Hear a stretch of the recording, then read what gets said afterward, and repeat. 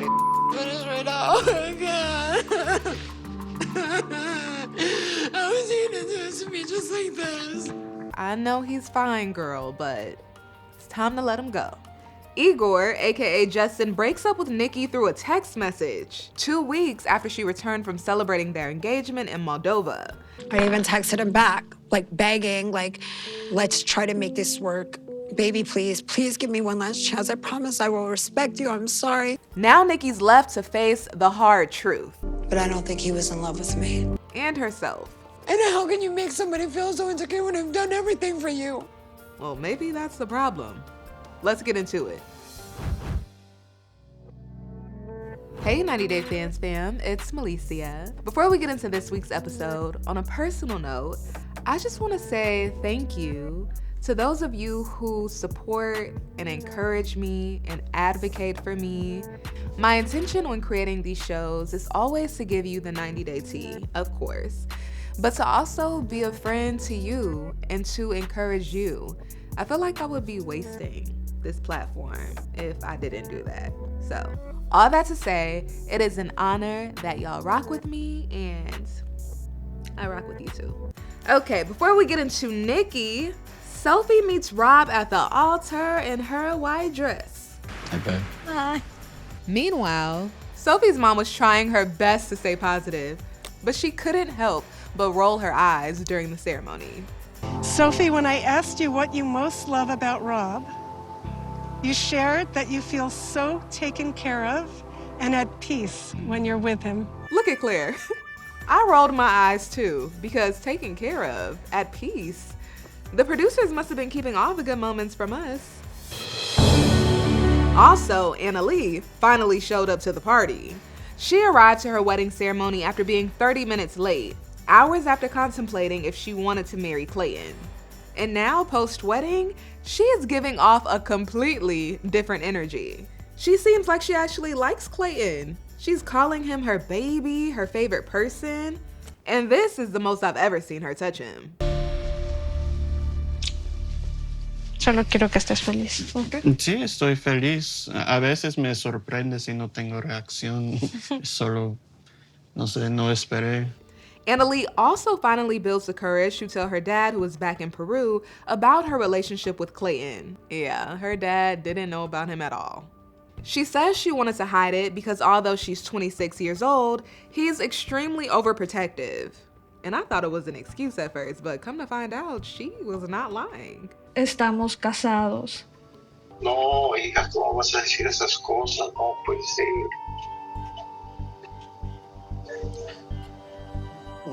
Lo siento. Yeah, Anali's dad walked off camera in tears after she told him. On a basic level, I can understand why he's upset. His youngest daughter just got married without telling him. He didn't even know she had a boyfriend. But something about his reaction makes it clear that there is a lot more going on here that we don't know about. That being said, I'm gonna mind my business.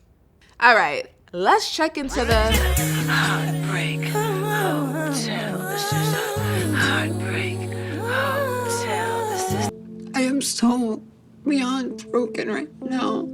Time will have you forget how horrible a breakup can feel, but just know if you don't know, they are painful. I went through a breakup recently. I talk about it more in the most recent video on my personal YouTube channel. The link is below. But yeah, because that initial feeling of heartbreak is still so palpable for me, my empathy for Nikki at this moment is through the roof. At the same time, I want Nikki to get really honest about why she wants to be with Justin in the first place. Is it because he's handsome and validates her womanhood? It's very rare you're gonna find a straight man to date a trans woman, especially publicly. Getting older, this is like my last chance at love. If that is the case, at some point, it had to crumble.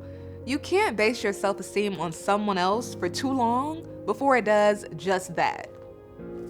Crumble. I also want her to get honest about if she's used money as a way to get or keep Justin. It makes me think of the old folks saying, How you get them is how you'll lose them. I don't think it's the truth in every case, but when Nikki started this relationship 17 years ago, her lack of authenticity and the way she provided for him financially set the tone. He was being lazy and he wasn't helping me with the housewares and didn't want to help me cook and things like that I had to do everything. I had to work, I had to cook, clean, this, that. Nikki, who was from New Jersey, was in her 30s when she met Igor, aka Justin, from Moldova, who was barely 20. And she waited 2 years after they started dating to tell him she was trans. We got into a lot of heated arguments. And in one of those arguments, I said, yeah, well, I have a secret to tell you. I used to be a man. And he freaked. Yeah, understandably, he was traumatized. Think about how layered that experience must have been for him. And then he's from a conservative country. And he was depressed for a really long time. And I feel bad about that. They broke up but stayed in touch. Fast forward to 15 years later, they rekindled things, got engaged, and now we are here. Dealing with the breakup stemming from the same issues they've had since the very beginning. We literally just got in a really bad fight a week ago. And we haven't really spoken. And we've had fights where we didn't speak for a week, so I thought this was pretty just, okay, he'll get over it, you know? No, that's not normal. The reason why we had this fight is because he hasn't really had a job and worked, so I have been pretty much supporting him this time, throughout this whole time. Nikki says Justin's car broke down and she gave him money for that, but she didn't feel good about it. I'm just listen, I was for me, I feel like you're using me. I mean, I went off, went from 0 to 1,000, okay, fine. But I guess since I didn't squash it at that moment and fix the situation, I guess he just had it with me and our fights and arguments. I mean, this is a guy who has made it clear that this relationship is already out of his comfort zone.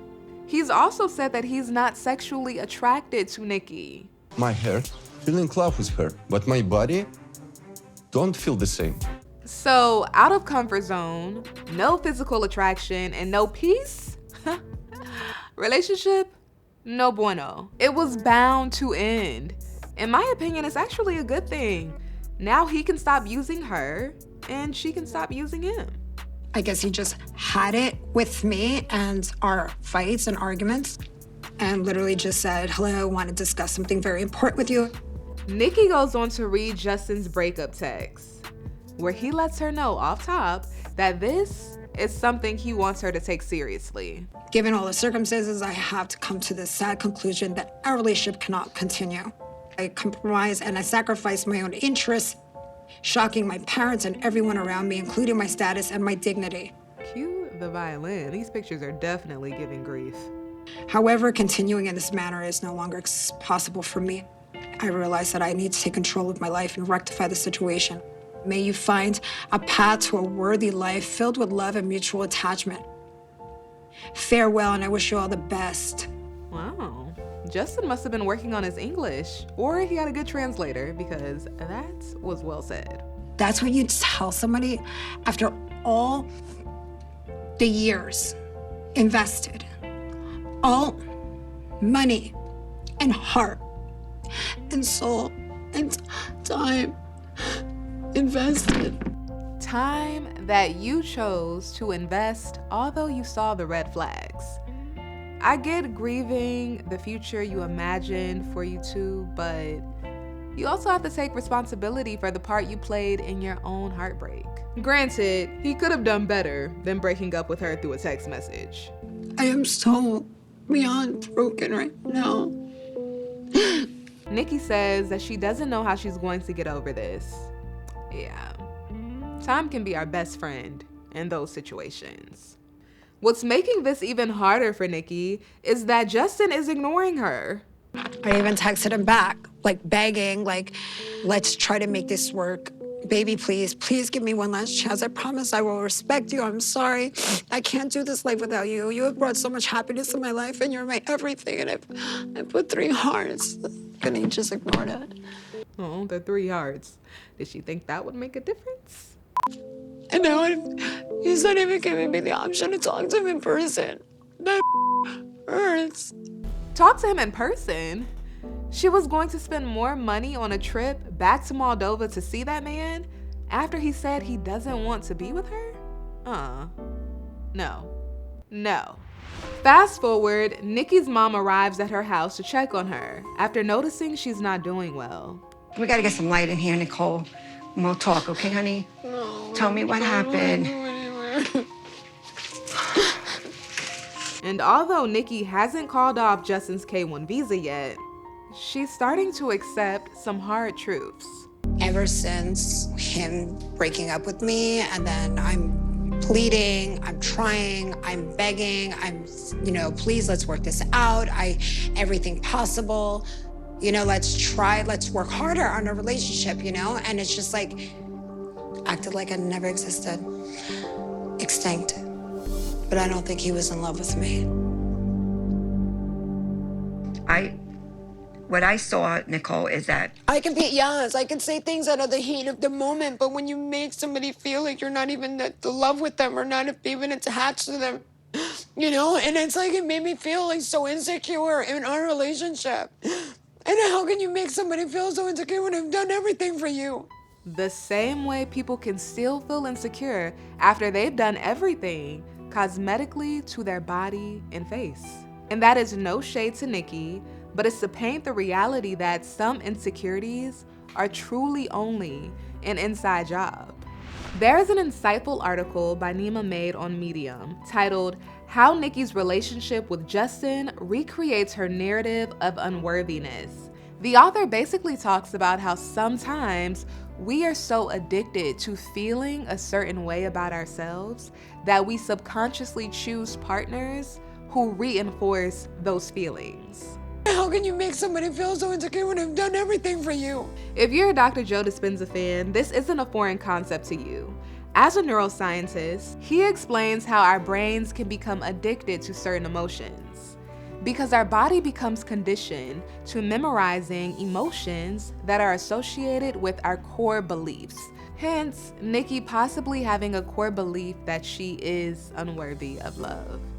Trans YouTuber Kat Black takes the point home, saying, Nikki wants someone to totally accept her as a trans woman, but she went and chose a conservative man from a conservative country who isn't likely to give her that acceptance. To sum it up, Nikki will more than likely find herself in a more compatible relationship once she stops looking for validation from the outside and truly accepts herself. I'll just pray for her and just hope that everything brightens up for her and she just feels better about this whole thing. And I know she won't because of the way he broke up the engagement. Who does that? Like, my heart is just broken in a million pieces. Nicole needs to heal at this point, and she needs to rebuild her self-esteem. What I hope for her is that she finds peace and closure. I'm glad she has her mom. Come on, honey, get up. It's gonna be okay, come on. You got a lot going for you. Come on, honey, come on. Get up and come wash up, get yourself squared away, okay? We'll go to the park. Talk about ride or die. Shout out to all the ride or die moms out there. My mom is one. Hey, girl. And I really hope he doesn't change her heart. After everything, including feeling undesired and her suspicion that she's being used, Nikki still can't fathom letting go. I can't just unlove somebody because I was genuinely in love with him. It's gonna be hard for me to get over him. I don't think I could ever let somebody get inside my heart the way I did. I can't do this again. That is a very real feeling of not even wanting to risk going through heartbreak again. But as I mentioned earlier, if you allow it, with time, things will get better. Everything's gonna be okay.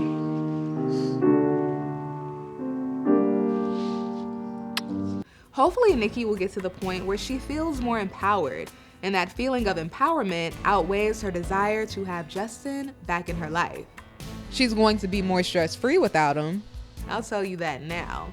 She can spend all that money she was spending on Justin on herself. Go shopping, go on vacations, buy something for the people in her life who don't ask for much. There's always a silver lining in these things. On another note, let me know what 90 Day stars you would like to see me sit down with. I'm brainstorming some interviews and I want your input. I can't promise you anybody, but I would love your suggestions. All right, 90 Day Fans fam, make sure you stick with ET because we are covering it all. I will see you next time.